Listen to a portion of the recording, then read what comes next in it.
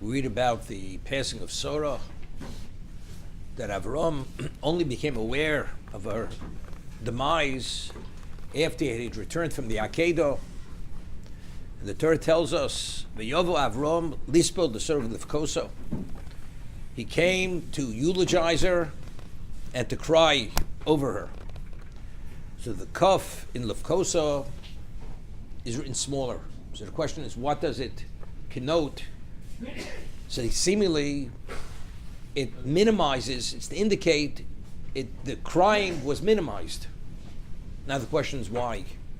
Chazal tell us that Sari Menu was Avram's partner in everything. Avram is Megaris HaNoshim, Visar Megaris is HaNoshim. He converted the men to monotheism, she converted the women. This was HaNefesh She'osu B'Choron, when they had come from Choron to Canaan. All the souls they had made, these were the converts. A woman, and in prophecy, she was a greater prophetess than he was. I mean, so you'd say, if anybody is going to mourn and cry and grieve, this should have been the ultimate level. And yet the Torah indicates the chaf. And what does it have to tell us? Yes, more or less. It's important for us to know that when he cried for her, it was somehow minimized. What do we draw from this? There's a word from the Ksav Sofer. He explains that Avram Avinu was coming from the Akedah. Now, what was the significance and the value of the Akedah? Avram understood that until the end of time, to be able to stand up to the prosecution of Satan is impossible, especially on Yom Adin, on the Day of Judgment, where it's so exacting and so fierce, the prosecution. How do you quelch it? How does one silence the Satan?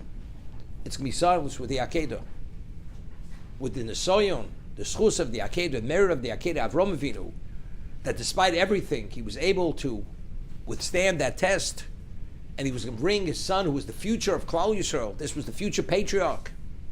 And to end his life at that moment as a sacrifice, and that schus, till the end of time, the Midas HaRachmim, the attribute of mercy of Hashem, will suppress the Midas Hadin, which is the sons of Satan.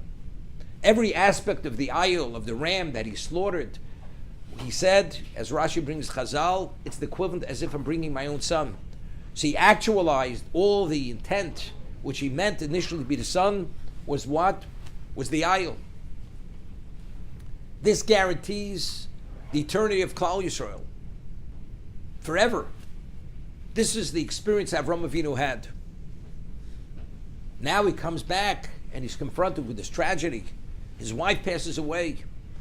As a human being on such a spiritual high, which is something which cannot be described, this validated and gave value to everything Avram lived for, which is Kavod Shamayim, which is Klal Yisrael. This addresses the Bereshis Bara Elokim. The world was created for Torah, and Klal Yisrael is the only nation who has relevance to it. And this guarantees that. And now he's confronted with a personal issue. His wife dies. Even though it's as a result of the Akedah, as a human being, it's impossible to be able to come down to that level and negate this feeling of the ultimate and to express and to sob and grieve fully as one would normally do. This is the Ksav Sofer. But what's the Torah telling us? It's an indication, it gives us an understanding who Avram Avinu was. It's his wife. How could he not? But what did Avram Avinu live for? What did Sari Menu live for? They lived for one thing, Kavod Shamayim.